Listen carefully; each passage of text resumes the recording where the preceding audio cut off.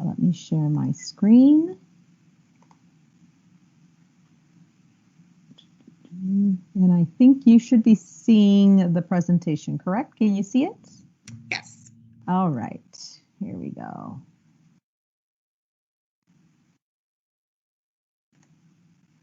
All right, so we'll go ahead and start May 27th. Wow, 2 more weeks of school left. So just again, the same thing, end of the year updates. Monday, June 7th, we're going to continue to do the preschool drive-through celebration from 9 to 10 a.m. and kinder drive-through celebration from 10 a.m. to 1 p.m. And this will be their time. I know Mondays are used the 9 to 9:30 time to connect students. So this is going to be in lieu of the 9 to 9:30 time. So instead of connecting, kids will connect initially, but then just as a reminder to come to campus, and then they'll be coming in from 10 to 11, Mrs. Rivera, 11 to 12, Mrs. Abreu, and 12 to 1, Señorita Scareño. So the teachers are planning to give them their like a little kinder diploma to congratulate them, and they'll also have pan dulce. So we're gonna have a little treat of pan dulce for all the kids, and some teachers may have some materials to pass out that last day to kids.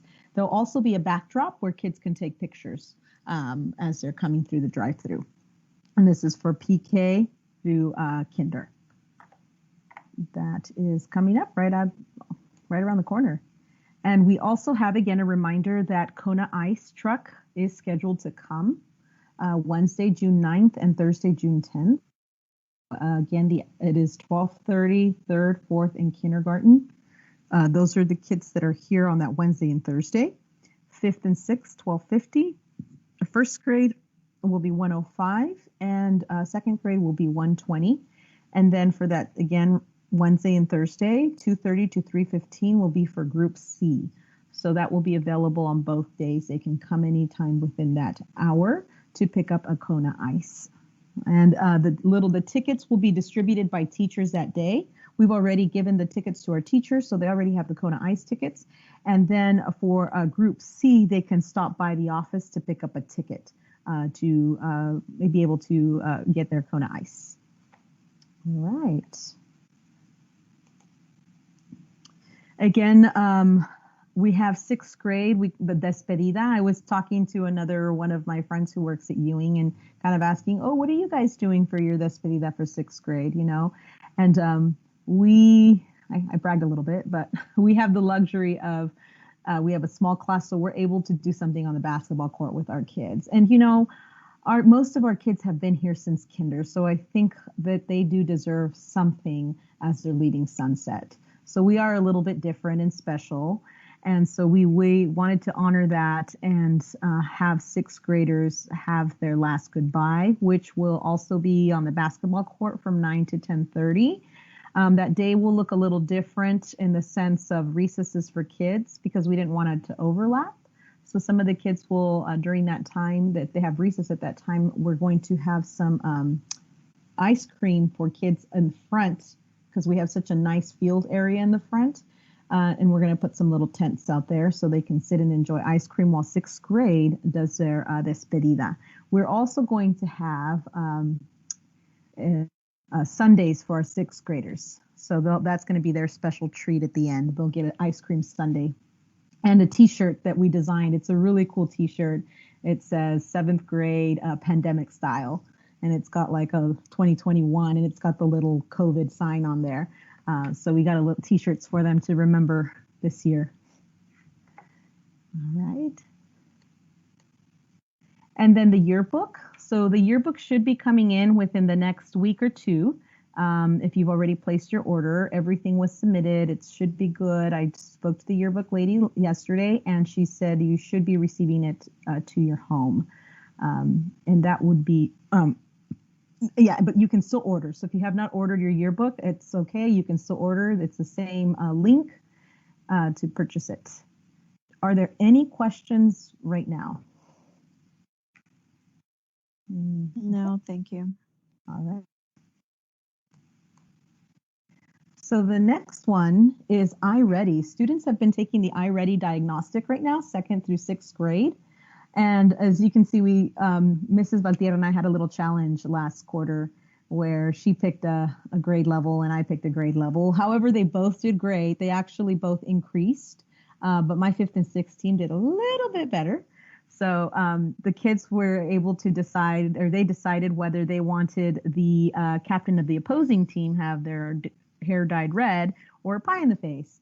And I thought red hair is really easy. I mean, and Mrs. Valtierra, she's gonna watch this recording later, but she could choose a really nice red color, and it was like, meh. So I was encouraging the kids to do the pie in the face. No, but the kids, most of them voted the pie in the face. So we did do that on Friday. They had a lot of fun. It was live. Miss Tommy did record, and we selected one student from one of the classrooms that had the biggest growth overall with 3, 4, 5, 6, and that teacher selected a student to do the pie in the face. I don't know if you guys seen the video. It's on Mrs. Tommy's Biblioteca page, but it is hilarious. The kids' expressions are like, oh, no way. Oh my gosh. Did you hear that? All the memes. It was just going like, it was crazy. So they had a lot of fun with that. And I think, our kids needed some smiles and some fun. And that was definitely something to remember.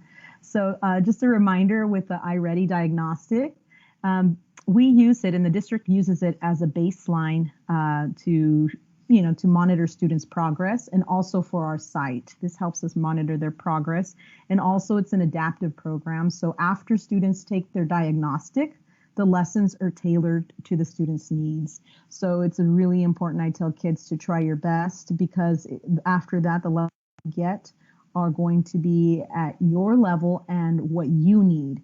So it will break down the skill. It will give them lessons to teach them, to reinforce that skill that they're struggling with, so that they do get better and more practice with it. And the diagnostic window for this fourth quarter ends on this Friday, May 28th.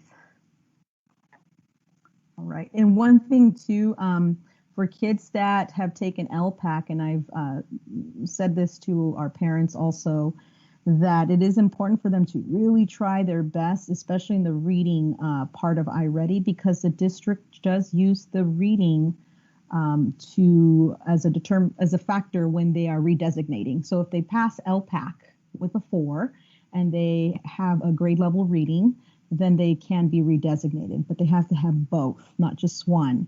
So it's very important that they have both in order to redesignate. I have a quick question, sorry.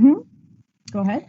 Where can we access the scores? Or, I mean, I'm sure we can ask our teacher, our student's teacher and so forth, but is there anywhere else that we can have access to the scores or access them? Oh, the iReady scores? Yes. Yes. Sorry, So if you go to, you have a parent portal, correct? Okay. So if you go to the parent portal, you go to there, you'll see all their information, grades, everything. Go to assessments. There's a slot there that says assessments, and right there it will break down all the assessments that they, taken for the year. Okay. Yeah, and if you need help, we can schedule a time, and I can walk you through the parent portal and show you where you can find it, Mrs. Pinoza. Okay, thank you. Sure. All right. Okay, this one is just a reminder for the Fresno Unified Summer Camps. It is lottery based. So again, this is also found on our Sunset website, and I think it's still there. Mrs. Valtierra posted it where the link is there, you can go. And I would still continue to apply. It is a lottery, and then you might get in. I know that the spaces are limited, and but I always think, a kid cannot show up, or even though they got selected, things happen. They don't show up, a slot opens up. They need more kids, so it's good to just go ahead and put your application in for any of the programs that they are offering this summer. And if you're in the Edison region, you sign up with the Edison region, but because again, our school is special, we have kids from different Fresno Unified regions. You have to sign up with whatever region you closest you. All right.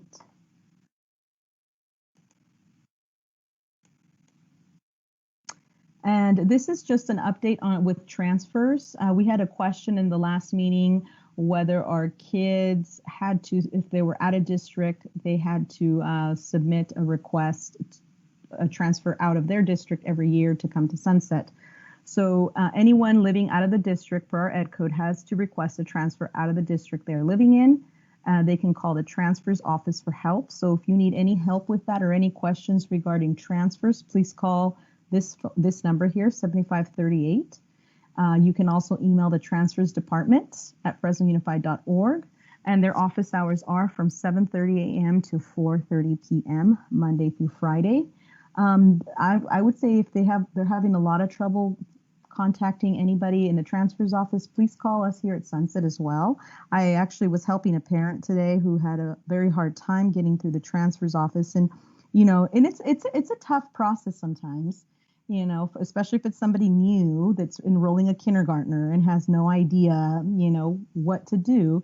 I mean, myself, Mrs. Vantierra, we're more than happy helping them through the process. We also recently put a computer, we have like a little computer hub in our office now, that if we do have new parents or if they need help with Atlas or there's something, we have a parent hub, a computer there that we can walk them through it. Myself, Mrs. Milgidon, with any questions they might have with either an emergency card they need to do on Atlas or transfer help, we can help out in the office as well. All right. And that is really it. We don't have any other updates right now. Let me go ahead and unshare this. But do you guys have any questions for me? I know we have a meeting tomorrow. Anything about next year that you would like to know that maybe I can ask, and that we can, if there's answers, we can bring them back to next week's coffee hour. Do you have any information on what the after-school program will look like next year, if that'll be an option? Just trying to plan ahead. Oh, yeah, absolutely. I do not right now, but I am going to set up a meeting with our Fresno County that does after-school program to talk about what next year is going to look like. Because another question I had was about the Sunset Center. I knew that some parents had their kids at the Sunset Center if they didn't get into ASP. So Sunset Center is also pending. They haven't as to what their hours are going to be, what the capacity is going to be at this moment. But that's also on my list. And I believe one year you also had another program on campus where parents, I believe it was paid. It wasn't the Sunset Center, it was something else. So I'm not sure what it is, but I mean, is that going to be an option as well? Just any options, because again, just trying to plan ahead if childcare purposes and so forth.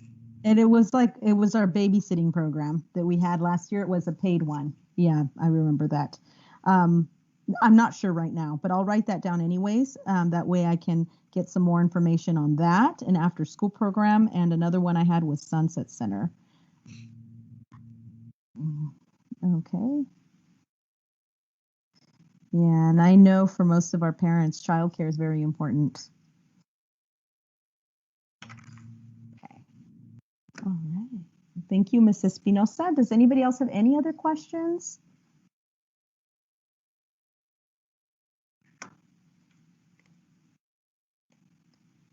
All right. Any exciting news?